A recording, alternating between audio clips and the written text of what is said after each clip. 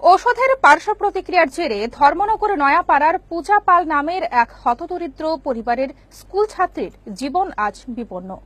চিকিৎসকরা বর্তমানে তাকে ভেলোর নিয়ে যাওয়ার পরামর্শ দিয়েছেন, কিন্তু তার বাবার আর্থিক ক্ষমতা নেই যা দিয়ে সে তার মেয়ের চিকিৎসা করাতে পারবে। ফলে সহৃদয় রাজ্যবাসীর কাছে সাহায্য চাইলেন অসহায় পিতা এবং এলাকার বিধায়ক বিশ্ববন্ধু সেন।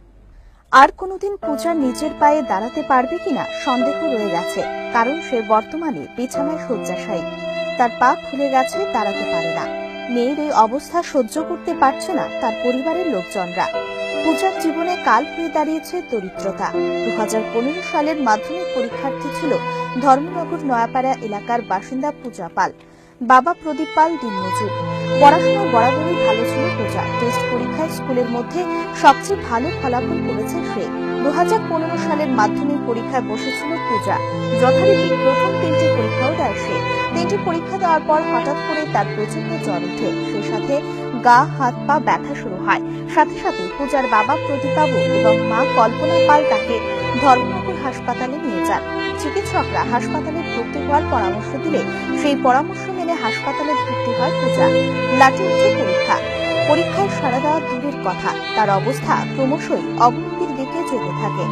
জানা গেছে, ভুল চিকিৎসা এবং ঔষধের পার্শ্ব প্রতিক্রিয়ায় তার পা ফুলে যেতে থাকে। ধর্মনগরের চিকিৎসকরা তাকে পার্শ্ববর্তী রাজ্য শিলচরে রেফার করে দেন। সেখানে চিকিৎসা কর্মী এসেও তার শরীরের কোনো উন্নতি হয়নি। ফলে বর্তমানে বিছানায় শয্যাশায়ী পূজা পাল নামে ওই ফুটফুটে কিশোরীটি তার জীবন আজ সংকটাপন্ন। পরিবারের লোকজনরা কান্না ভেজা কণ্ঠে জানান, মেয়েকে বাঁচাবার মতো আর্থিক সামর্থ্য তাদের নেই। সবাই বাঁচান, আমি বাঁচাইতে চাই আমার মেয়েকে। আপনারা সবাই আমার মেয়েকে সাহায্য করুন। আমার মেয়েটা অনেক মাস ধরে কষ্ট পাইতেছে। মার্চ মাসের দিকে মেয়েটা অনেক কষ্ট পাইতেছে। আমার মেয়েটা বাঁচতে চাই, আপনারা সবাই আমার মেয়েকে সাহায্য করুন।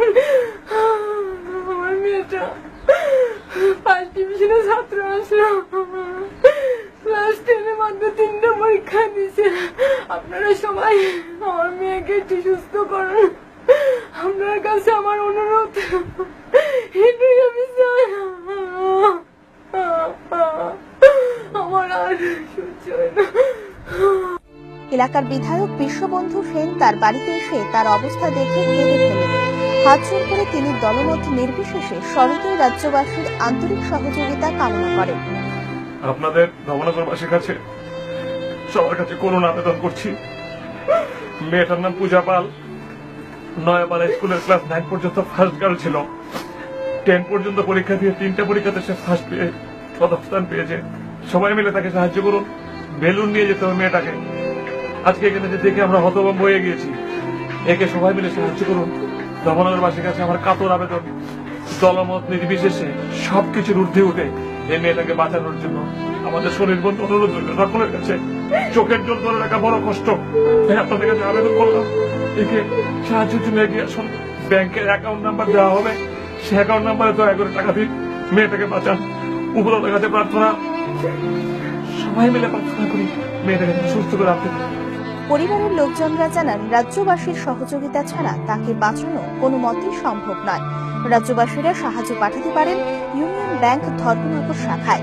প্রদীপ বাবুর ব্যাংক অ্যাকাউন্ট নাম্বার 57970601000882, ফোন নম্বর 8794777466।